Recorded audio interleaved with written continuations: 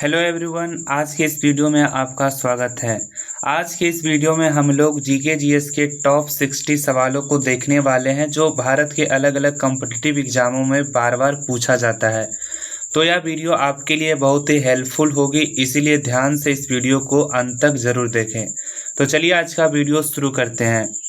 हमारा पहला सवाल कह रहा है कि बुद्ध चरित्र के रचयिता निम्नलिखित में से कौन से हैं। तो बुद्ध चरित्र के रचयिता हैं अश्वघोष। अगला प्रश्न देखिए, हमारा कह रहा है कि भारत में स्थानीय स्वशासन का जनक किसे कहा जाता है।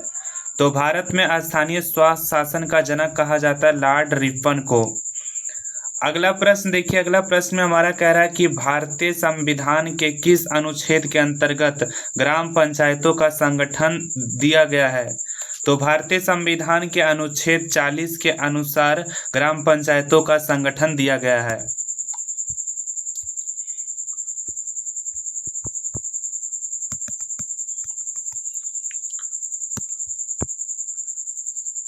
अगला प्रश्न देखिए, अगला प्रश्न में कह रहा है कि भारतीय पुनर्जागरण का पिता किसे कहा जाता है। तो भारतीय पुनर्जागरण का पिता कहा जाता है राजा राम मोहन राय को। अगला प्रश्न हमारा देखिए, कह रहा है मानव शरीर की सबसे छोटी हड्डियां कौन सी है। तो मानव शरीर की सबसे छोटी हड्डियां हैं स्टेप्स। अगला प्रश्न देखिए, कह रहा है कि गुप्त वंश का संस्थापक निम्नलिखित में से कौन था। तो गुप्त वंश का संस्थापक था श्रीगुप्त। अगला प्रश्न में हमारा कह रहा है कि भारतीय अंतरिक्ष का कार्यक्रम का जनक किसे माना जाता है। तो भारतीय अंतरिक्ष कार्यक्रम का जनक माना जाता है विक्रम साराभाई को। अगला प्रश्न देखिए, कह रहा है कि कथकली शास्त्रीय नृत्य मुख्य रूप से किस राज्य से संबंधित है। तो कथकली शास्त्रीय नृत्य मुख्य रूप से संबंधित है केरल राज्य से।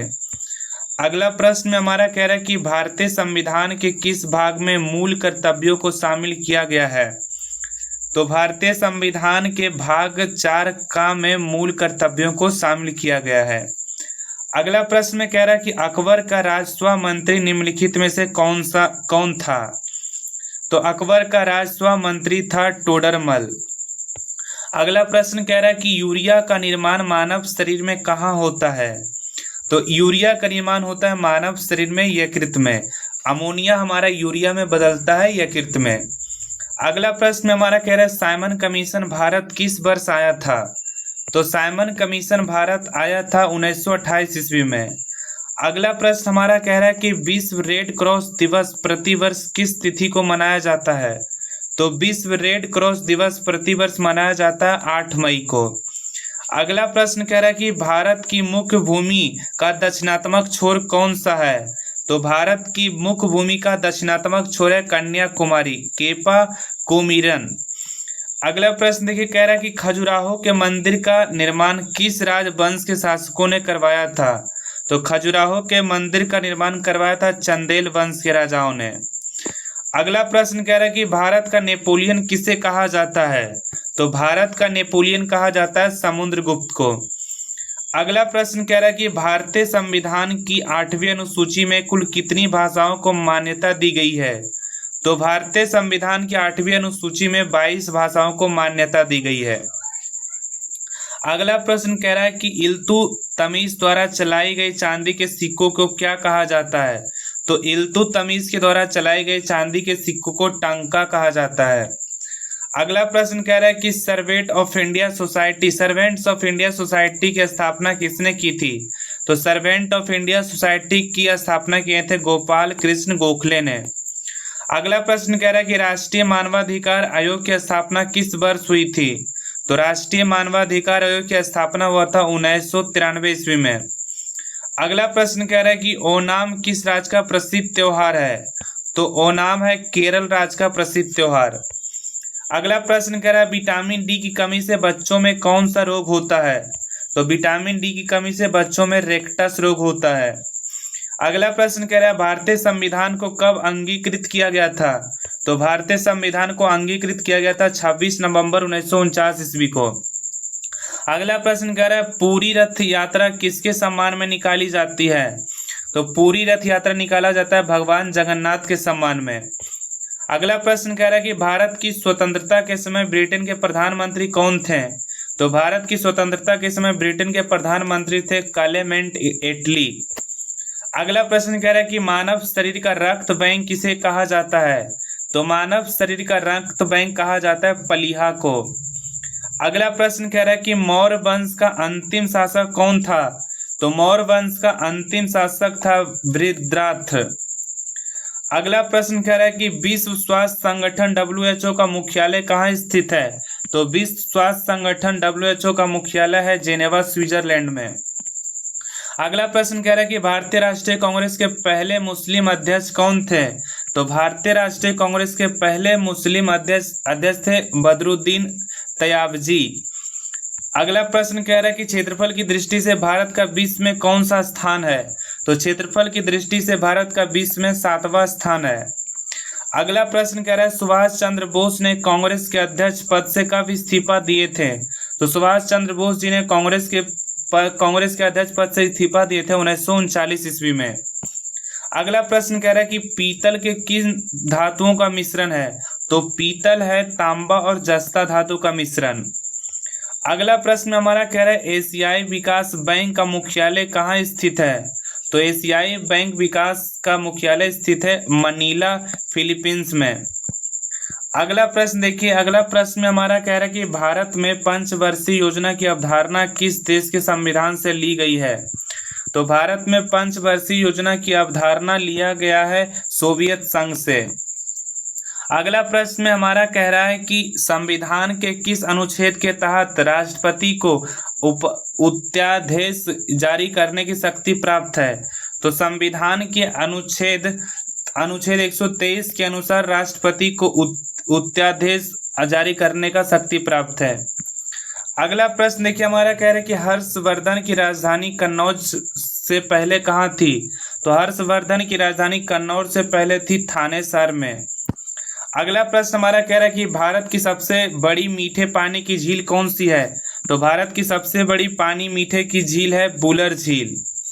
अगला प्रश्न हमारा कह रहा है कि राष्ट्रीय विज्ञान दिवस प्रतिवर्ष किस दिन मनाया जाता है? तो राष्ट्रीय विज्ञान दिवस प्रतिवर्ष मनाया जाता है 28 फरवरी को। अगला प्रश्न कह रहा है कि मराठा प्रशासन में प्रधानमंत्री को क्या कहा जाता है? तो मराठा प्रशासन में प्रधानमंत्री को कहा जाता है पेशवा। अगला प्रश्न कह रहा है कि मानव शरीर में रक्त थक्का बनाने में कौन सी विटामिन सहायक होता है? तो मानव शरीर में रक्त को थक्का बनाने में विटामिन के सहायक होता है। अगला प्रश्न कह रहा है कि सारनाथ के शेर के स्तंभ का निर्माण किसने करवाया था? तो सारनाथ में शेर के स्तंभ का निर्माण करवाया था अशोक ने। अगला प्रश्न कह रहा है भारत में कॉफी का सबसे बड़ा उत्पादक राज्य कौन सा है? तो भारत में कॉफी का सबसे बड़ा उत्पादक राज्य है कर्नाटक। अगला प्रश्न देखिए, हमारा कह रहा है कि संविधान का अस्थायी अध्यक्ष कौन थे? तो संविधान सभा के अस्थायी अध्यक्ष थे डॉक्टर राजेंद्र प्रसाद। अगला प्रश्न हमारा कह रहा है कि चौरा चौरी कांड किस वर्ष हुआ था? तो चौरा चौरी कांड हुआ था 1922 ईस्वी में। अगला प्रश्न में कह रहा है कि अंतर्राष्ट्रीय ओजोन परत संरक्षण दिवस कब मनाया जाता है? तो अंतर्राष्ट्रीय ओजोन परत संरक्षण दिवस मनाया जाता है 16 सितंबर को। अगला प्रश्न कह रहा है कि पानीपत का तीसरा युद्ध किस वर्ष लड़ा गया था? तो पानीपत का तीसरा युद्ध लड़ा गया था 1761 ईस्वी में। अगला प्रश्न कह रहा है कि भारत का सर्वोच्च नागरिक सम्मान की शुरुआत किस वर्ष हुई थी? तो भारत का सर्वोच्च नागरिक सम्मान की शुरुआत हुई थी 1954 ईस्वी में। अगला प्रश्न कह रहा है बुद्ध ने अपने जीवन में सर्वाधिक उपदेश कहाँ दिए थे? तो बुद्ध ने अपने जीवन में सर्वाधिक उपयोग दिए थे श्रावस्ती में। अगला प्रश्न कह रहा है भारत में श्वेत क्रांति के जनक किसे माना जाता है? तो भारत में श्वेत क्रांति का जनक माना जाता है वर्गीज कुरियन को। अगला प्रश्न कह रहा है कि भारतीय राष्ट्रीय कांग्रेस के पहले अध्यक्ष कौन थे? तो भारतीय राष्ट्रीय कांग्रेस के पहले अध्यक्ष WC बनर्जी यानी व्योमेश चंद्र बनर्जी। अगला प्रश्न कह रहा है सबसे चमकीला ग्रह निम्नलिखित में से कौन सा है? तो सबसे चमकीला ग्रह है हमारा शुक्र ग्रह। अगला प्रश्न कह रहा है तराइन का प्रथम युद्ध कब लड़ा गया था? तो तराइन का प्रथम युद्ध लड़ा गया था 1191 ईस्वी में। अगला प्रश्न कह रहा है भारत में योजना आयोग की स्थापना किस वर्ष हुई थी? तो भारत में योजना आयोग की स्थापना हुई थी 1950 ईस्वी में। अगला प्रश्न कह रहा है मौलिक अधिकारों का निलंबन कौन कर सकता है? तो मौलिक अधिकारों का निलंबन कर सकता है राष्ट्रपति। अगला प्रश्न कह रहा है विटामिन बी की कमी से होने वाला रोग कौन सा है? तो विटामिन बी की कमी से होने वाला रोग है बेरी। अगला प्रश्न कह रहा है गुप्त वंश किस शासक को भारत का नेपोलियन कहा जाता है? तो गुप्त वंश के समुद्रगुप्त को भारत का नेपोलियन कहा जाता है। अगला प्रश्न कह रहा है भारतीय संविधान में कुल कितनी अनुसूचियां हैं? तो भारतीय संविधान में कुल 12 अनुसूचियां हैं। अगला प्रश्न कह रहा है कि बाबरनामा किस भाषा में लिखी गई थी? तो बाबरनामा लिखा गया था तुर्की भाषा में। अगला प्रश्न कह रहा है कि अंतर्राष्ट्रीय श्रम संगठन का मुख्यालय कहाँ स्थित है? तो अंतर्राष्ट्रीय श्रम संगठन का मुख्यालय स्थित है जेनेवा में। हमारा लास्ट प्रश्न कह रहा है भारत की स्वतंत्रता के समय कांग्रेस के अध्यक्ष कौन थे? तो भारत की स्वतंत्रता के समय कांग्रेस के अध्यक्ष थे जेबी कृपलानी। तो अगर आपको यह वीडियो अच्छा लगा तो वीडियो को लाइक करें और हमारे चैनल को सब्सक्राइब करें ताकि आपको ऐसा ही वीडियो मिलता रहे, और यह वीडियो अपने स्टडी ग्रुप में शेयर जरूर करें। धन्यवाद।